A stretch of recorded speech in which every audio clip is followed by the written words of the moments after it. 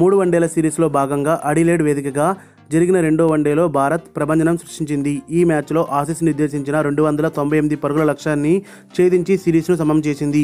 అయితే ఈ మ్యాచ్తో అంతర్జాతీయ వన్డేల్లో అరంగేట్రం చేసిన హైదరాబాదీ పేసర్ మహమ్మద్ సిరాజ్కు చేదు అనుభవమే మిగిలింది.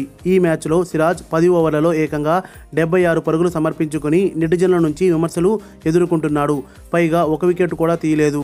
కాగా ఇది సిరాజ్ కెరీర్లోనే రెండో అత్యంత ఖరీదైన స్పెల్ కావడం గమనార్హం. గతంలో న్యూజిలాండ్తో జరిగిన టీ20 అరంగేట్ర మ్యాచ్లోనూ సిరాజ్ తన స్పెల్లో 56 పరుగులు ఇచ్చాడు. దీంతో సిరాజ్పై నెటిజన్ల తీవ్ర స్థాయిలో విరుచుకుపడుతున్నారు. అదే స్థాయిలో సెటైర్లు వేస్తున్నారు. లెఫ్ట్ హ్యాండ్ బౌలింగ్ అంటే అందరూ జహీర్ ఖాన్లా ఫీల్ అవుతారు, కానీ నిజానికి మహమ్మద్ సిరాజ్లా మిగిలిపోతారు అంటూ ఓ వ్యక్తి ట్వీట్ చేశారు. మహమ్మద్ సిరాజ్ని వెంటనే కాఫీ విత్ కరణ్ షోకి పంపాలని మేం డిమాండ్ చేస్తున్నాం అంటూ మరొకరు పేర్కొన్నారు.